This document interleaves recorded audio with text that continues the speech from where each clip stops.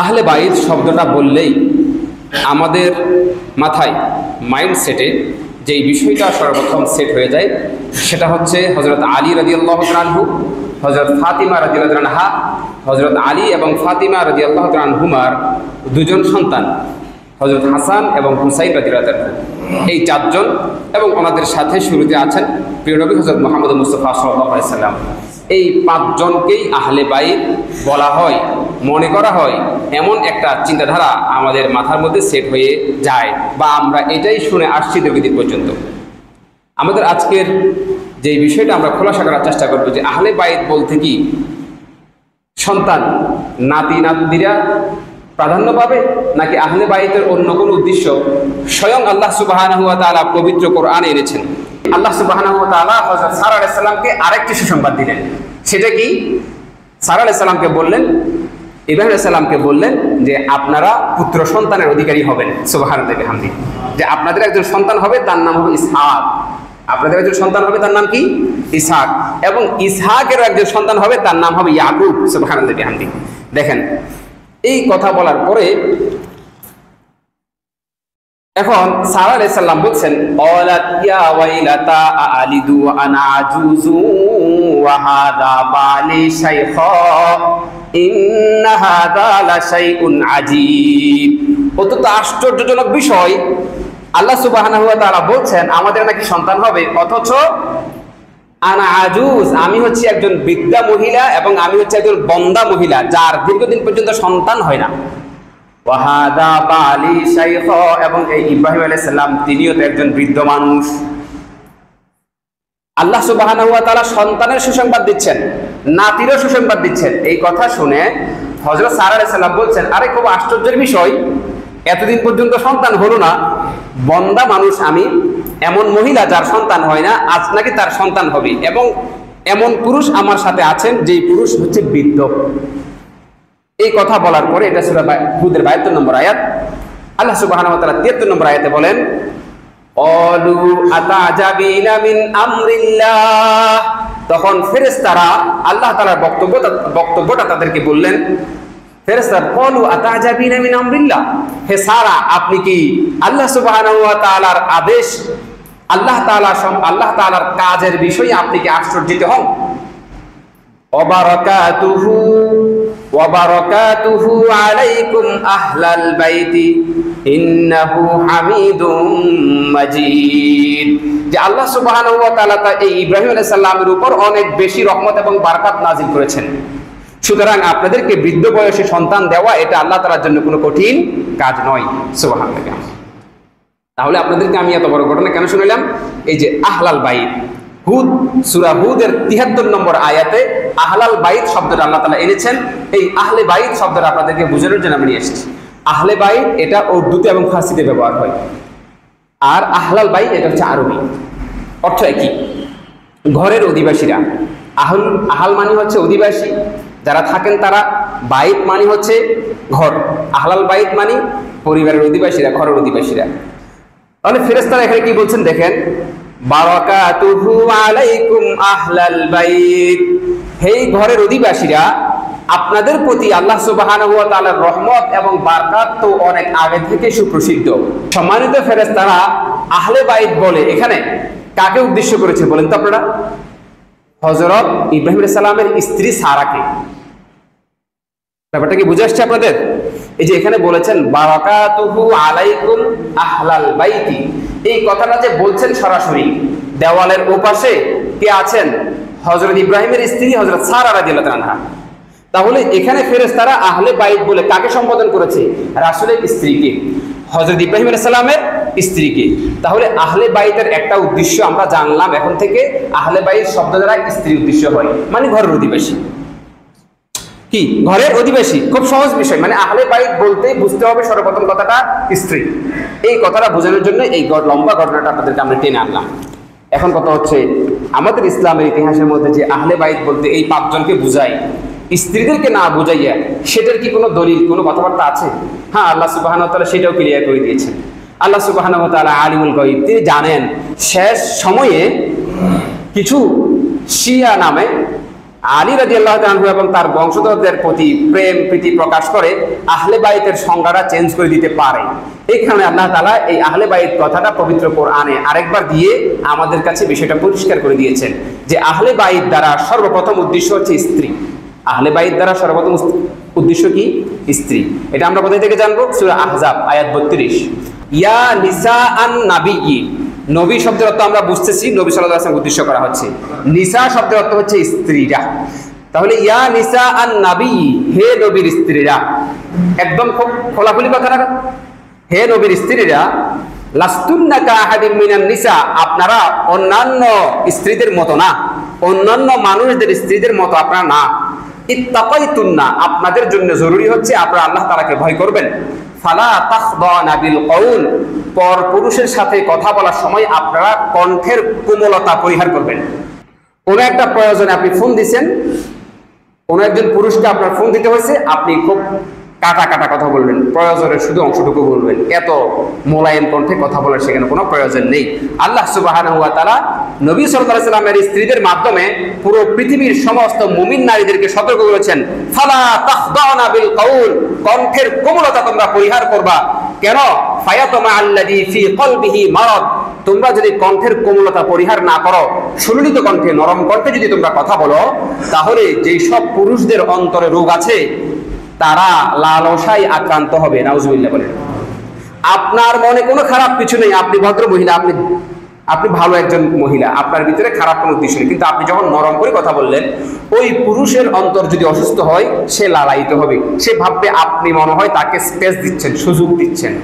সে তখন আপনার সাথে একটু খুঁটিয়ে খুঁটিয়ে ভাবি আপা, হ্যাঁ, আপনাকে সে তখন রসিয়ে কষিয়ে বিভিন্ন কিছু, যে জিনিসটার দাম হচ্ছে মাত্র আপনার 1900 টাকা, আমি আপনার জন্য কমিয়ে একেবারে মাত্র 900 টাকা রাখবো, 1000 টাকা আপনাকে ডিসকাউন্ট দিয়ে দিচ্ছি, অথচ তখনও তার মনে হয় মিনিমাম 5 থেকে 600 টাকা লাভ আছে। আল্লাহ সুবহানাহু ওয়া তাআলা আমাদের মা বোনদেরকে সচেতন হওয়ার, সতর্ক হওয়ার, আল্লাহ সুবহানাহু ওয়া তাআলার বক্তব্যের দিকে মনোযোগী হওয়ার তৌফিক দান করেন, আমিন। এই কারণে বাজারে যখন যাবেন স্ত্রীদেরকে নিয়ে একান্ত পরিহার করা উচিত। যদি কখনো যেতে হয় তাহলে তাকে বলবেন যে তোমার মুখ থাকা সত্ত্বেও তুমি চুপ থাকবা, তোমার কি লাগবে সেটা আমাকে তুমি ইশারা দিবা, আমি দোকানদারের সাথে কথা বলবো। প্রায় সময় আপনি দেখবেন, আপনি আপনার বোনকে নিয়ে গেছেন, আপনি আপনার নিকটাত্মীয় কাউকে নিয়ে গেছেন, স্ত্রীকে নিয়ে গেছেন, দোকানদার আপনার সাথে কথা বলে না, আপনি তার সাথে কথা বলতে চেষ্টা করতেছেন, সে আপনার সাথে কথা বলে না, সে ভাবির সাথে শুধু কথা বলতে চায়, শুধু আপুর সাথে কথা বলতে চায়। বুঝতে পারছেন? এখন বলেন এই সমস্ত লোকগুলা অন্তরের মধ্যে অসুস্থ না? তো এদের সাথে যদি আমাদের বোনেরা, আমাদের মেয়েরা, আমাদের মারা নরম ভাষায় কথা বলে, এরা তো আরো বেশি উস্কাই যাবে। আল্লাহ সুবহানাহু ওয়া তাআলা আমাদের সবাইকে বুঝার তৌফিক দান করেন। রাসূল করিম সাল্লাল্লাহু আলাইহি সাল্লামের স্ত্রীদেরকে আল্লাহ তাআলা বলছেন, ইয়া নিসা আন-নাবিয়্যি, হে নবীর স্ত্রীরা, আপনারা অন্যান্য স্ত্রীদের মত নন, আপনারা কণ্ঠের কোমলতা পরিহার করে কথা বলবেন।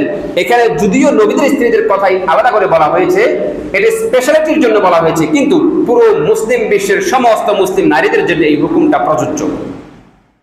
ওয়াকুলনা কাওলাম মারুফা, এই আলোচনা শোনার পরে নারীবাদী যেগুলো আছে এগুলো বলবে, দেখছো হুজুররা বলতেছে কথাবার্তা বলা যাবে না, মহিলাদের কথাও বন্ধ করে দিতে যাচ্ছে, পর থেকে তো বাহির করা বন্ধ করতেছে, এখন কথাও বন্ধ করে দিচ্ছে।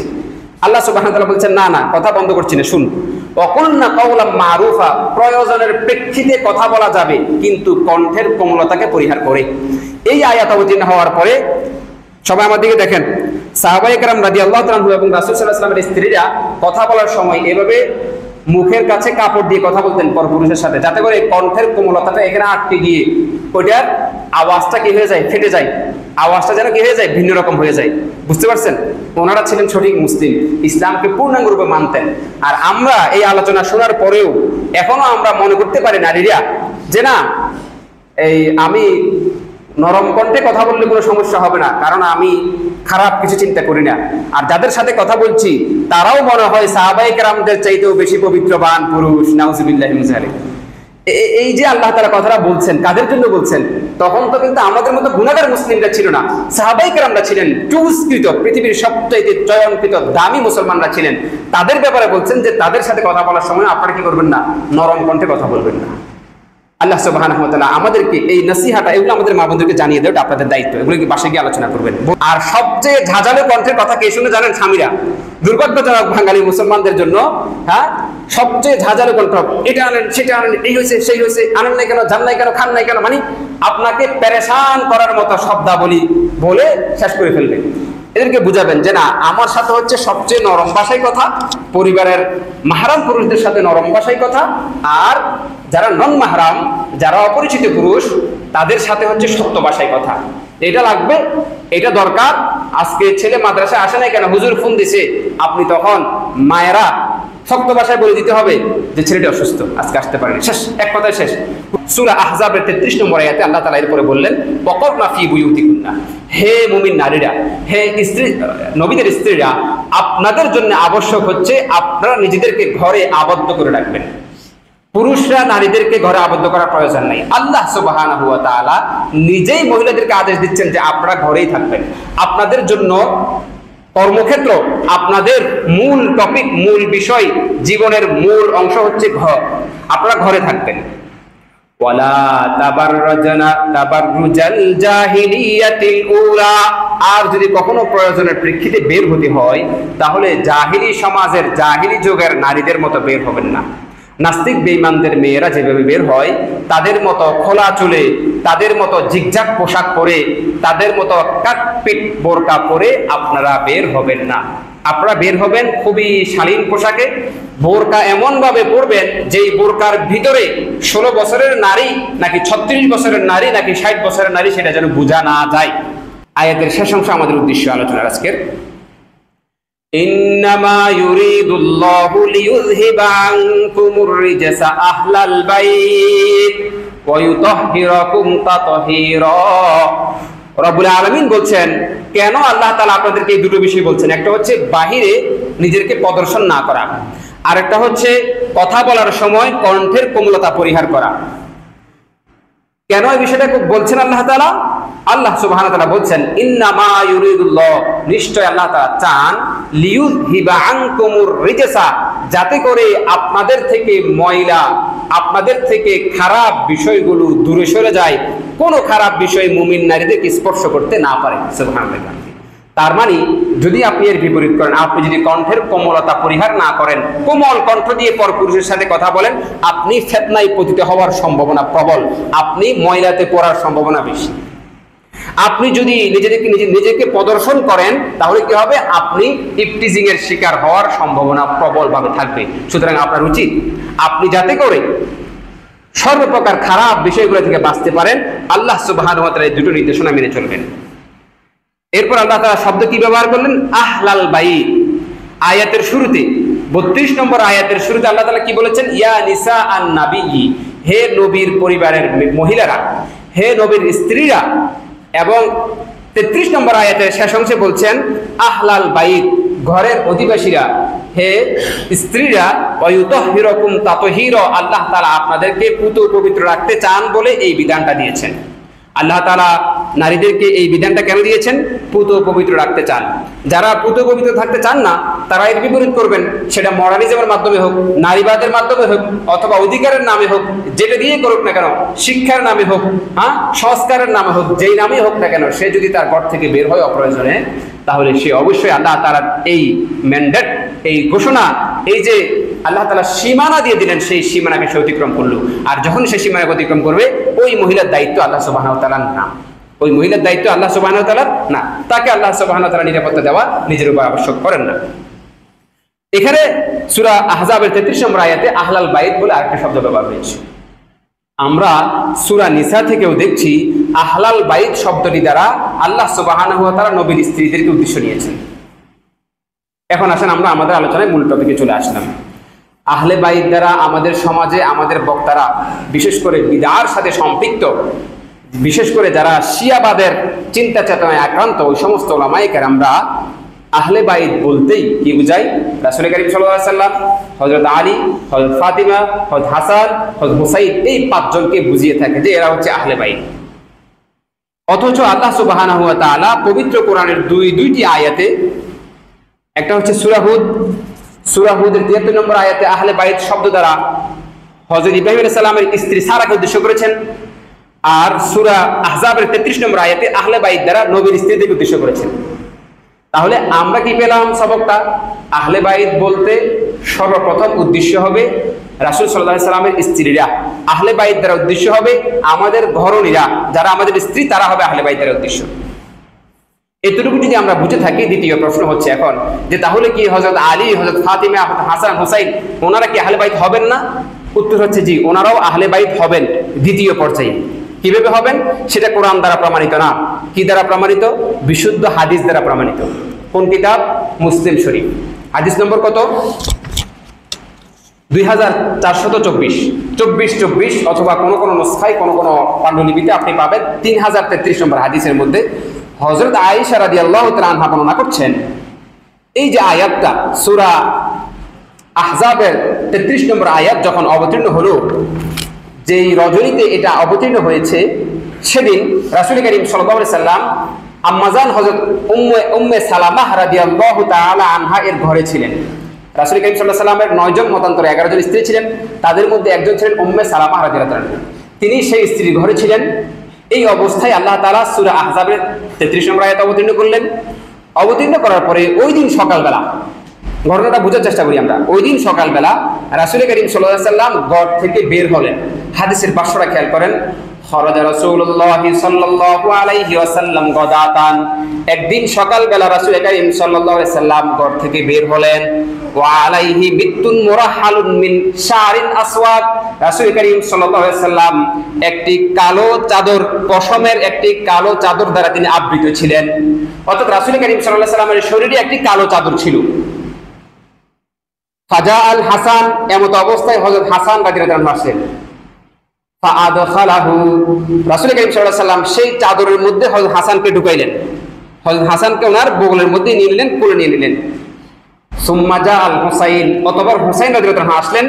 ফাআদখালাহু, এবং হুসাইনকে তিনি নিয়ে নিলেন। সুম্মা জা আল আলী, এরপর হযরত আলী রাদিয়াল্লাহু আনহু আসলেন, তিনি তাকেও ওনার চাদরের ভিতরে নিয়ে নিলেন। সুম্মা জা আল ফাতিমা, এরপর হযরত ফাতিমা রাদিয়াল্লাহু আনহা আসলেন। ফাআদখালাহা, রাসূল করিম সাল্লাল্লাহু আলাইহি ওয়াসাল্লাম হযরত ফাতিমাকেও ওনার চাদরের ভিতরে নিয়ে নিলেন। এরপর আল্লাহ রাসূল কি বললেন? ইন্নামা ইউরিদুল্লাহু লিইউযহিবা আনকুমুর রিজসা আহলাল বাইত ওয়া ইউতাহহিরাকুম তাতহীরা, যে গত রাতে একটু আগে যে আয়াতটা অবতীর্ণ হয়েছে, আল্লাহ তাআলা আমার স্ত্রীদেরকে, আমার আহলে বাইতদেরকে, আমার ঘরের অধিবাসীদেরকে পবিত্র করতে চান। আজকে আমার এই ঘোষণার মাধ্যমে আমার এই নাতি, আমার এই সন্তান, আমার এই জামাতা, এরাও আহলে বাইতের অন্তর্ভুক্ত হয়ে গেল। সুবহানাল্লাহ, আলহামদুলিল্লাহ। কিন্তু অধিকাংশ সময় আমরা শুনি নেই। এখন আমরা যারা শুনি নেই, তাদের কাছে আহলে বাইত মানে ওই কি 5 জন, যাদেরকে কোরআনের আয়াত দ্বারা না, হাদিসের মাধ্যমে রাসূল সাল্লাল্লাহু আলাইহি ওয়াসাল্লাম আহলে বাইত হিসেবে স্বীকৃতি দিয়েছেন। কিন্তু যাদেরকে আল্লাহ সুবহানাহু ওয়া তাআলা আগে থেকে স্বীকৃতি দিয়েছেন, সেই স্ত্রীদেরকে আমরা আহলে বাইতই মনে করছি না। এটা তো চরমভাবে একটা ভুল। আমি বলেছিলাম গত জুমায়, আমাদের এই শিয়া ভাইয়েরা যাদেরকে শাস্তি দিবে বলে ধারণা করে বসে আছে, নাউজুবিল্লাহ, তাদের মধ্যে অন্যতম আহলে বাইত হচ্ছে হযরত আয়েশা রাদিয়াল্লাহু তাআলা আনহা, রাসূল করিম সাল্লাল্লাহু আলাইহি সাল্লামের স্ত্রী। রাসূল করিম সাল্লাল্লাহু আলাইহি সাল্লামের স্ত্রীকে তারা আহলে বাইত থেকে বের করে দিচ্ছে, অথচ রাসূল করিম সাল্লাল্লাহু আলাইহি সাল্লামের স্ত্রীরা যে আহলে বাইত, এটি আল্লাহ সুবহানাহু ওয়া তাআলা পবিত্র কোরআনের কয়টি আয়াত দ্বারা? 2টি আয়াত দ্বারা, 2টি সূরার 2টি আয়াত দ্বারা সুস্পষ্টভাবে প্রমাণ দিয়ে দিয়েছেন। আল্লাহ তাআলা হযরত আলী, হযরত ফাতিমা, হযরত হাসান, হুসাইন এদের ব্যাপারে পবিত্র কোরআনে আহলে বাইত হওয়ার ব্যাপারে কোনো কিছু বলেন নাই। আল্লাহ তাআলা স্ত্রীরা আহলে বাইত এই কথাটা বলেছেন। কিন্তু রাসূল করিম সাল্লাল্লাহু আলাইহি সাল্লামের বক্তব্যও যেহেতু আমাদের জন্য ইসলাম, রাসূল করিম সাল্লাল্লাহু আলাইহি সাল্লামের বক্তব্যও যেহেতু আমাদের জন্য দ্বীন, এই কারণে রাসূল করিম সাল্লাল্লাহু আলাইহি সাল্লাম যেহেতু ওনাদেরকে আহলে বাইতের অন্তর্ভুক্ত করেছেন, আমরা ওনাদেরকেও আহলে বাইত হিসেবে স্বীকৃতি দেই দ্বিতীয় পর্যায়ে। ব্যাপারটা কি আমাদের কাছে ক্লিয়ার হয়েছে? আচ্ছা, আসেন তাহলে আহলে বাইতের প্রতি আমি ইশক রেখে 5 জনের প্রতি আমি কি করি? খুব বেশি দরদ রাখি, আর অন্যান্য স্ত্রীদেরকে আমি আহলে বাইত থেকে বের করে দেই। এটি আসলে কখনোই গ্রহণযোগ্য নয়। এবার আসেন, রাসূল করিম সাল্লাল্লাহু আলাইহি ওয়াসাল্লামের একজন স্ত্রীর নাম হযরত আয়েশা, রাসূল করিম সাল্লাল্লাহু আলাইহি ওয়াসাল্লামের একজন স্ত্রীর নাম হযরত হাফসা। এই 2 জন স্ত্রীর বাবা কে? একজন হচ্ছে হযরত আয়েশার বাবার নাম হচ্ছে আবু বকর রাদিয়াল্লাহু আনহু, আর হযরত হাফসার বাবার নাম হচ্ছে ওমর রাদিয়াল্লাহু আনহু। তাহলে এই যে শিয়ারা হাসান হুসাইন রাদিয়াল্লাহু আনহুর প্রতি প্রেম দেখাইয়া হযরত আলী, হযরত আবু বকর এবং হযরত ওমর রাদিয়াল্লাহু আনহুকে জিন্দিক বলে, মুশরিক বলে, কাফের বলে, এই তাদের এই প্রেম কি কখনো গ্রহণযোগ্য হবে? গ্রহণযোগ্য হবে না। এই কারণে আমরা বুঝতে হবে এরাও কিন্তু আহলে বাইত যাদেরকে আল্লাহ তাআলা বলেছেন, তাদের সরাসরি বাবা রাসূল করিম সাল্লাল্লাহু আলাইহি ওয়াসাল্লামের শ্বশুর, এরপর আসেন তারা হযরত ওসমান রাদিয়াল্লাহু তাআলাকে আহলে বাইত থেকে বের করে দেয়। অথচ জামাতা হিসেবে হযরত আলী যদি আহলে বাইত হতে পারে, দুই মেয়ের জামাই হিসেবে ওসমান রাদিয়াল্লাহু তাআলা ডবল আহলে বাইত। বলেন কথা ঠিক কিনা? কারণ হযরত ওসমান রাদিয়াল্লাহু তাআলাকে কি বলা হয়? যুন্নুরাইন বলা হয়। রাসূল কারীম সাল্লাল্লাহু আলাইহি ওয়াসাল্লামের দুই সম্মানিত মেয়ের জামাতা। পরপর একসাথে দুই বোনকে বিবাহ করা যায় না। একসাথে দুই বোনকে, আপন দুই বোনকে, এক মায়ের পেট থেকে আসা দুই বোনকে বিবাহ করা যায় না। হ্যাঁ, চাচাতো বোন ফুফাতো বোন বিবাহ করতে পারবেন, সমস্যা নেই। রাসূল কারীম সাল্লাল্লাহু আলাইহি ওয়াসাল্লামের একজন স্ত্রী যখন রাসূল কারীম সাল্লাল্লাহু আলাইহি ওয়াসাল্লামের একজন মেয়ে যখন হযরত ওসমানের কাছে বিবাহ দেওয়া হলো, তিনি যখন ইন্তেকাল করলেন, তারপরে ওনার দ্বিতীয় মেয়েকেও তিনি কোথায় দিলেন? হযরত ওসমান রাদিয়াল্লাহু আনহুর কাছে বিবাহ দিলেন। তাহলে হযরত ওসমান রাদিয়াল্লাহু আনহু একজন আহলে বাইত, অথচ তারা হযরত ওসমান রাদিয়াল্লাহু আনহুকেও আহলে বাইত থেকে বের করে দেয়। আপনি বুঝেন খুব সোজা হিসাব, তারা তো আহলে বাইত বলতেই 5 জন বলে। এটা একটা প্রমাণ আমি আপনাদেরকে দিচ্ছি। দেখেন, বাংলাদেশে কিছু কিছু মুসলিমরা একটা টুপি পরে, টুপিতে 5টা তারা। প্রথম তারাটার দ্বারা উদ্দেশ্য হচ্ছে রাসূল কারীম সাল্লাল্লাহু আলাইহি ওয়াসাল্লাম, বাকি 4টা তারার দ্বারা উদ্দেশ্য হচ্ছে হযরত আলী, হযরত ফাতিমা, হাসান, হুসাইন রাদিয়াল্লাহু আনহু। শেষ। এই যে তাদের জিজ্ঞাসামূলক এই কাজ, 5 জনকে রেখে বাকি সবাইকে বের করে দেওয়া, এটা ইসলাম অনুমোদিত নয়। যত বড় কুতুবই এই টুপির পরামর্শ দিয়ে থাকুক না কেন, ওই টুপিটা ইসলাম সম্মত না। কোন টুপি ইসলামে নিষেধ না, যে কোনো টুপি আপনি পড়তে পারবেন। শক্ত পরেন, মোটা পরেন, ভারী পরেন, কোনো সমস্যা নাই। এটাও মনে রাখেন, রাসূল কারীম সাল্লাল্লাহু আলাইহি ওয়াসাল্লাম সবসময় নরম টুপি নিয়েছিলেন না, উনি অধিকাংশ সময় লোহার টুপি পড়তেন। সেই সুন্নাহর কথা কিন্তু সাহস করে বলে না। আল্লাহ সুবহানাহু ওয়া তাআলা আমাদেরকে বুঝার তৌফিক দান করেন। সম্মানিত উপস্থিতি, তাহলে আমরা যে বিষয়টি বলছিলাম যে আহলে বাইত শুধুমাত্র 5 জন না, আহলে বাইত রাসূল কারীম সাল্লাল্লাহু আলাইহি ওয়াসাল্লামের নিকটাত্মীয় সবাই। কারণ রাসূল কারীম সাল্লাল্লাহু আলাইহি ওয়াসাল্লামের ওই মুহূর্তে ওনারা 4 জন আসছেন, ওনাদের 4 জনকে নিয়ে বলছে এরা আমার আহলে বাইতের অন্তর্ভুক্ত, এরাও আমার আহলে বাইতের অন্তর্ভুক্ত। সুতরাং হযরত ওসমান রাদিয়াল্লাহু আনহু এবং আচ্ছা রাসূল কারীম সাল্লাল্লাহু আলাইহি ওয়াসাল্লামের সন্তান কতজন? 7 জন। হ্যাঁ, তো সেই 7 জন সন্তান থেকে শুধুমাত্র হযরত ফাতিমা আহলে বাইত, অন্যরা আহলে বাইত থেকে বাইরে, এটা আমরা কিভাবে ভাবলাম? এটা খুব কাকতালীয় বিষয় না? হযরত রাসূল কারীম সাল্লাল্লাহু আলাইহি ওয়াসাল্লামের 4 জন মেয়ে, যায়নাব, উম্মে কুলসুম, ফাতিমা, রুকাইয়া, এই 4 জন মেয়ে থেকে আমরা শুধুমাত্র একজনকে নিয়েছি। তারপরে 2 জন বিশিষ্ট সাহাবী খলিফা জামাই থেকে আমরা একজনকে নিয়েছি। তো এগুলো তো হচ্ছে আমাদের কি উদ্দেশ্য প্রণোদিত কিছু কাজ। আল্লাহ সুবহানাহু ওয়া তাআলা শিয়াবাদের এই নেগেটিভ প্ররোচনা থেকে আমাদের সবাইকে বেঁচে থাকার তৌফিক দান করেন, আমিন। আমাদের দেশে যে সমস্ত বিদআহগ্রস্ত ওলামায়ে কেরামরা এই কথাগুলো আহলে বাইত সম্পর্কে, আহলে বাইতের ইশক দিয়ে এই আপনার পুরো মুহররম মাস ব্যাপী শুহাদায়ে কারবালা বলে বলে আপনার মানুষের কাছে কান্নাকাটি করে সিম্পিতি অর্জন করে, এরা মূলত না বুঝেই শিয়াবাদকে প্রচার করে।